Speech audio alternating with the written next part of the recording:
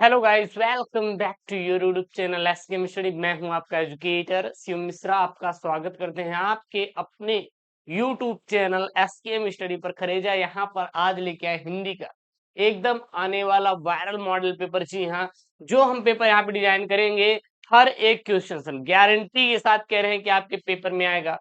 Sir Hindi का paper ही क्यों? आपके दिमाग में आएगा ना सर, पढ़ने की जरूरत क्यों? क्योंकि जो आपको मैं पेपर डिजाइन कर रहा हूं उसमें हर एक ऐसे क्वेश्चन को ऐड किया हूं जो कि आपके एग्जाम में भाई साहब रिपीटेड होते हैं। आपको पता होगा आपके बोर्ड एग्जाम में 7 सेट बनते हैं, 2025 बोर्ड एग्जाम में भी 7 सेट बनेंगी, है कि नहीं? और इसमें आपको चाहे बहुविकल्पी की बात करें या फिर बात करें गद्यांश पद्यांश की या फिर बात करें हम जीवन परिचय की या फिर बात करें कहानी की सारांश या फिर कथा वस्तु लिखने की या फिर हम बात करें रस छंद अलंकार की या फिर बात करें हम लोग पत्र लेखन और निबंध लेखन की, हर एक ऐसा टॉपिक नहीं छूटेगा जो इसमें ना दिया हो। और यहाँ से आपकी मोस्ट मतलब कि ज्यादा से ज्यादा जो प्रश्न है वो हूबहू सेम टू सेम आपके पेपर में देखने मिलेंगे। और आपको जितना भी मैं जो कुछ भी पढ़ाता हूँ, जो कुछ भी मैं रटाता हूँ, आप उसको क्या करिए, बहुत ही अच्छे से तैयार कर लीजिए। वैसे भी मैं आपको इसका पीडीएफ टेलीग्राम पे प्रोवाइड कर देता हूँ। टेलीग्राम चैनल का लिंक यस के मिस्ट्री भूलिएगा मत, पूरा पेपर वहां पे आपको मिल जाता है।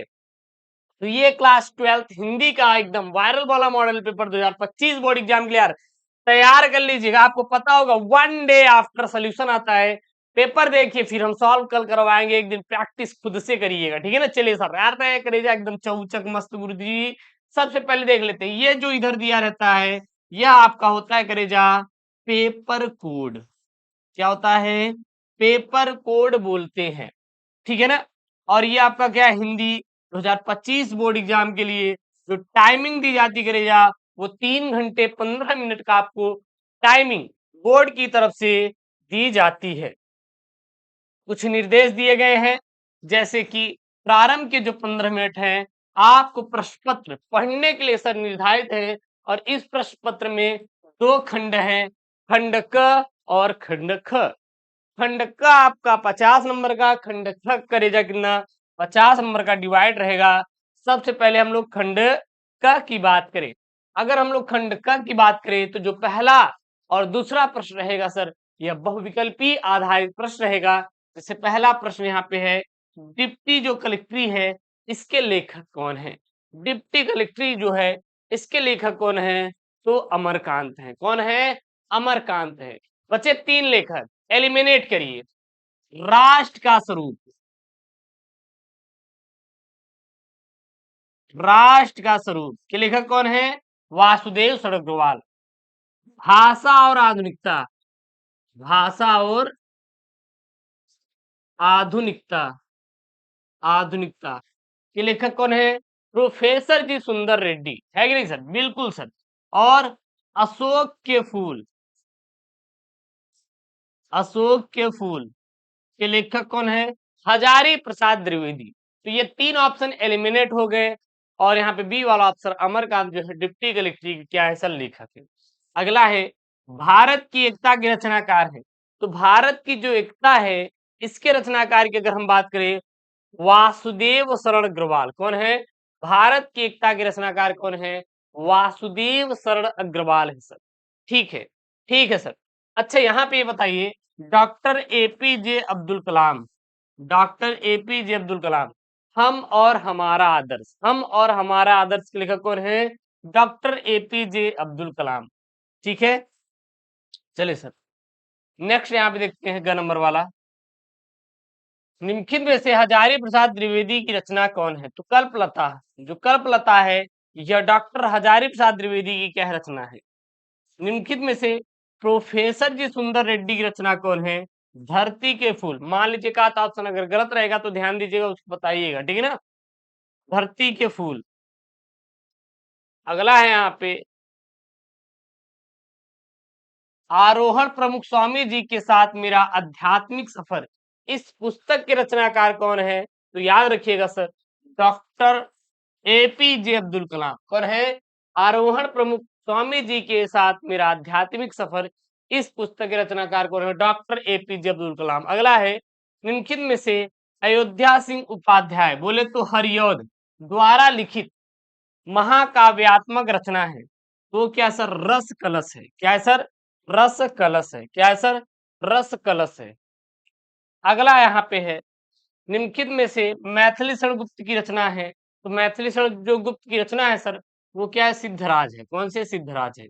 अगला है, अज्ञेय जी को निम्नलिखित में से किस काव्य कृति पर ज्ञानपीठ पुरस्कार मिला था? तो मिला था कितनी नावों में कितनी बार। कितनी नावों में कितनी बार। कितनी नावों में कितनी बार है, ठीक है ना। अगला है, दिनकर जी की रचना है। निम्नलिखित में से दिनकर जी की रचना है तो क्या है? परशुराम की प्रतीक्षा। परशुराम की करेजा प्रतीक्षा प्रतीक्षा जो है वो दिनकर जी की रचना है, ठीक है ना। अगला है करेजा, हिमालय निम्नलिखित में से किसकी काव्य कृति है? जो हिमालय है वह महादेवी वर्मा की है। ठीक है सर। यामा भी किसकी है? यह भी महादेवी वर्मा की है। किसकी है? महादेवी वर्मा की। ये रहे आपके क्या? ऑब्जेक्टिव। अब इसके बाद जब बहुविकल्पी आपका खत्म हो जाएगा तो आएगा क्या? गद्यांश। गद्यांश सर आपका 10 नंबर का गद्यांश आता है और ये गद्यांश मैं आपको करने का थोड़ा तरीका बता दूंगा, उसके बाद आप अपने से खुद ही कर लेंगे। बहुत ज्यादा आपको परेशान होने की जरूरत नहीं है। देखिएगा यहाँ पे है, साहित्य कला नित्य गीत अमोद प्रमोद अनेक रूपों राष्ट्रीयजन अपने अपने मानसिक भाव को प्रकट करते हैं। में आत्मा का जो विश्वासी आनंद भाव है वह इन विविध रूपों में साकार होता है। यद्यपि बाह्य रूप की दृष्टि से संस्कृति के बाहरी लक्षण अनेक दिखाई पड़ते हैं, किंतु आंतरिक आनंद की दृष्टि से एक सूत्रता है। जो व्यक्ति सहृदय है वह प्रत्येक संस्कृति के आनंद पक्ष को स्वीकार करता है और उससे आनंदित होता है। ओके। एंड इस प्रकार की उदार भावना ही विविध जनों से बने हुए राष्ट्रीय जन के लिए क्या है? स्वास्थ्यकर है। जब ये प्रश्न आएगा तो ये समझ लीजिए कि आपको बहुत ज्यादा दिमाग नहीं लगाना, कुछ टिप्स एंड ट्रिक्स का अप्रोच है, आप उसे फॉलो करिए, देन सॉल्व करिए। चलिए सर देखते हैं।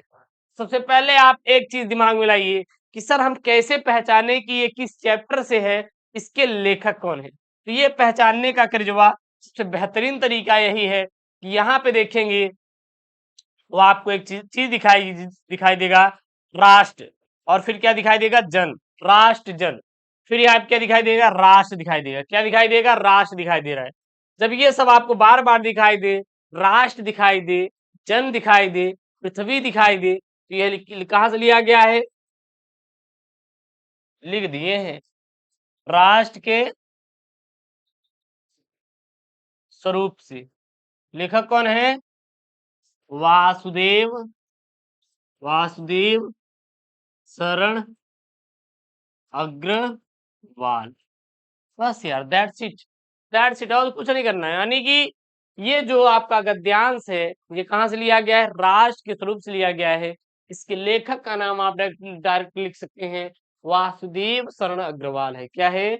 वासुदेव शरण अग्रवाल है। देखिएगा यहाँ पे सबसे पहला सवाल है, राष्ट्रीय जन अपने अपने मानसिक भाव को किन किन रूपों में प्रकट करते हैं? जो राष्ट्रीय जन है अपने अपने मानसिक भाव को किन किन रूपों में प्रकट करते हैं?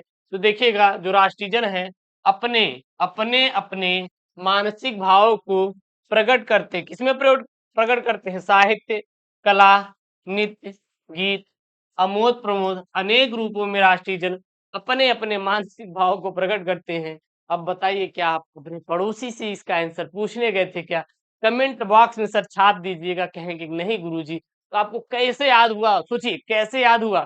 इन सारे क्वेश्चनों का जवाब सर इसी में दिया गया है। तो इसीलिए मैं कहता हूँ कि आपको कुछ भी अलग से पढ़ने की जरूरत नहीं है, कुछ भी अलग से आपको लिखने की जरूरत नहीं है, कुछ भी अलग से किसी से पूछने की जरूरत नहीं है, क्योंकि सारा चीज आपका इसी में आंसर दिया गया है सर। बस ढूंढ के निकालना है। अगला देखिएगा, संस्कृति के आनंद पक्ष को कौन स्वीकार करता है? संस्कृति के आनंद पक्ष को कौन स्वीकार करता है? तो देखिए आनंद पक्ष को स्वीकार करता है भैया कौन? जो व्यक्ति सहृदय है। जो व्यक्ति सहृदय है वह प्रत्येक संस्कृति पक्ष को स्वीकार करता है। अब बताइए सर, क्या आपने पड़ोसी से पूछा कि यार रहे गुरुदेव? नहीं, उनकी कसम खिला देंगे। चैनल को सब्सक्राइब कर लो यार। अब किसका वेट कर रहे हो? इससे सिंपल तरीका पूरे यूट्यूब पे सर मिलेगा नहीं। सब लोग क्वेश्चन को लाएंगे सर, आपके सामने ठोक देंगे उसका आंसर, लेकिन सर सबसे बेहतर पढ़ाने का तरीका ये है, अगर कोई पढ़ा रहा है तो उनसे बोलो ना सर ऐसे ही पढ़ाइए, ऐसे ही पढ़ाइए सिंपल वे में। अब तो ये तो कर लोगे ना, स्वास्थ्य स्वास्थ्य मतलब जो कि अपना शरीर उसका स्वस्थ है, ठीक है ना। रेखांकित अंश की व्याख्या कीजिए, ये क्या नहीं कर पाएंगे भैया, बस यही जो यहाँ पे लाइन खींचा गया है यहाँ से लेकर यहाँ तक, इसी को एक्सप्लेन कर दीजिएगा, खोल के रख दीजिएगा, बढ़ा चढ़ा के लिख दीजिएगा, और आपको कुछ भी करने की जरूरत नहीं है। अगला यहाँ पे है, उपयुक्त गद्यांश का पाठ का शीर्षक और लेखक का नाम मैंने बताया था। पाठ का शीर्षक क्या है सर? राष्ट्र का स्वरूप है, राष्ट्र का स्वरूप है। और लेखक का नाम क्या है? वासुदेव शरणग्रवाल।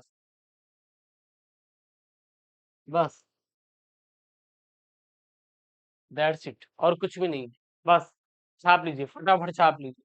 मान लीजिए वो नहीं आ रहा है तो यहाँ पे इन्होंने अगला दिया है अथवा में करके, अथवा में करके आएगा मतलब आप वो सॉल्व करिएगा या फिर ये सॉल्व करिएगा, और आप कुछ भी करने की जरूरत नहीं है। अब देखिएगा अथवा में यहाँ पे क्या दिया है, बहुत ही सिंपल है यार। रमणीयता और नित्य नूतनता अन्योन्याश्रित है। रमणीयता के अभाव में कोई भी चीज मान्य नहीं होती। नित्य नूतनता किसी भी सर्जक की मौलिक उपलब्धि की प्रामाणिकता सूचित करती है, और उसकी अनुपस्थिति में कोई भी चीज वस्तुतः जनता व समाज के द्वारा स्वीकार नहीं होती।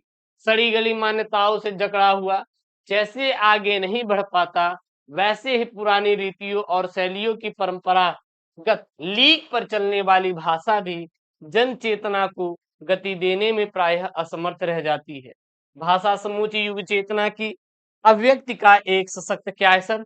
माध्यम है। चलिए, ये हो गया आपके सामने सर क्या है अपना गद्यांश। अब इसको सर सॉल्व करने की टेक्निक ध्यान देना। सबसे पहला ये सर बोला है, नित्य नूतनता क्या सूचित करता है? जहां पे सूचित करता है वही इसका क्या हो जाएगा, आंसर हो जाएगा। ये आप ध्यान देना, सूचित करता है।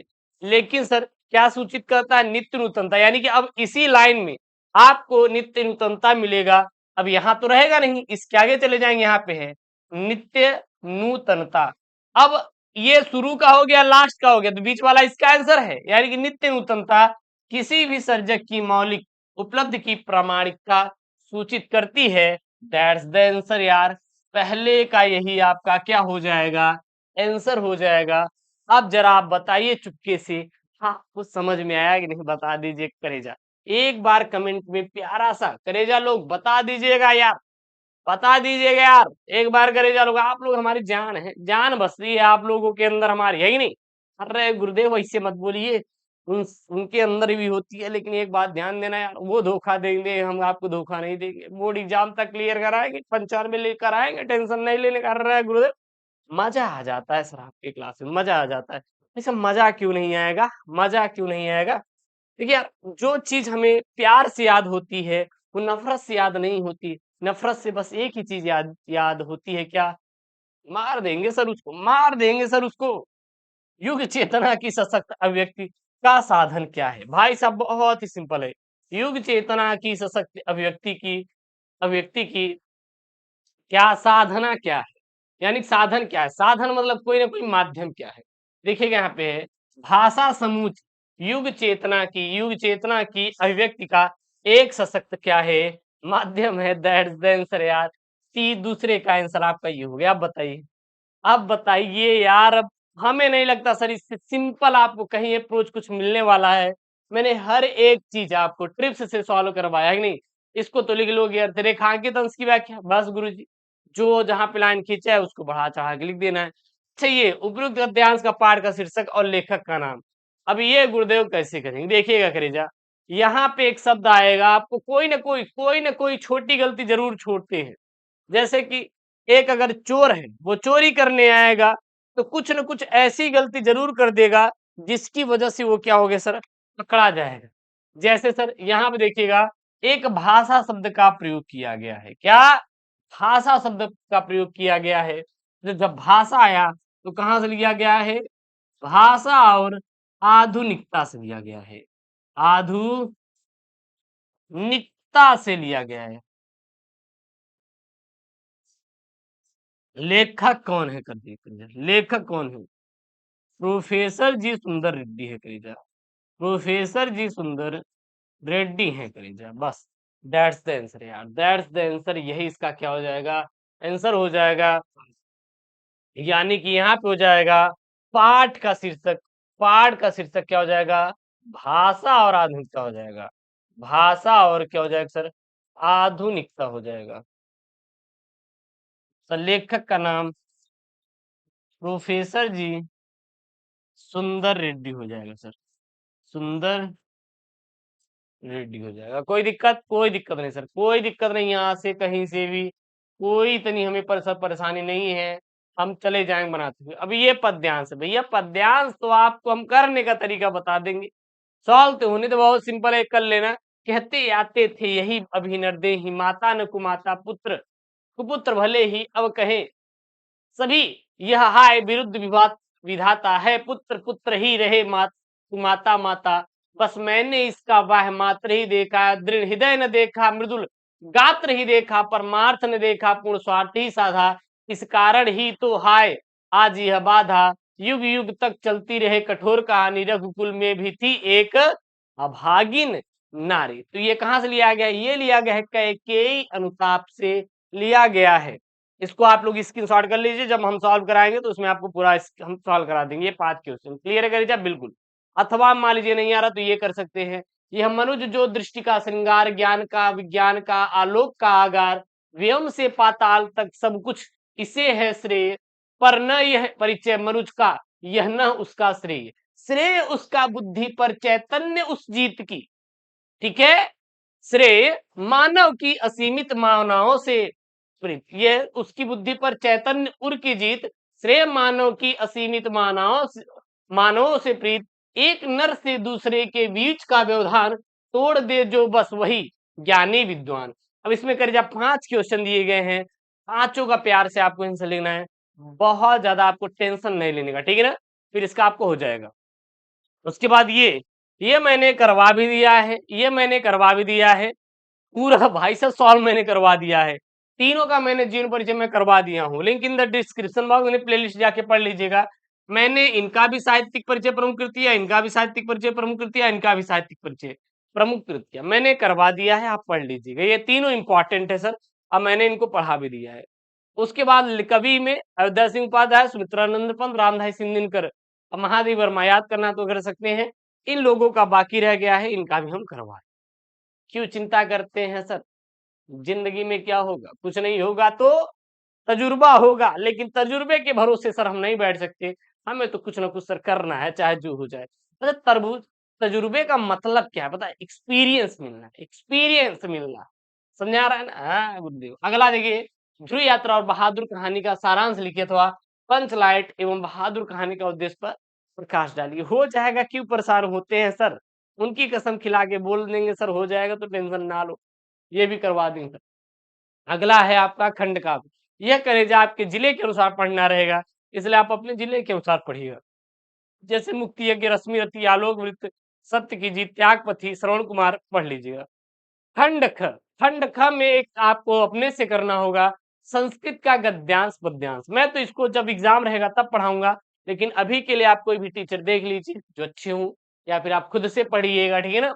अगर इसमें काट तो मेरा संस्कृत गलत हो गया तो गाली भर देंगे कमेंट में, कहेंगे गुरुदेव आपको तो कुछ आता ही नहीं, तो ये संस्कृत का गद्यांश पद्यांश की शॉर्ट कर लीजिए और खुद से कर लीजिएगा, कोई दिक्कत, कोई दिक्कत नहीं सर, कोई दिक्कत नहीं।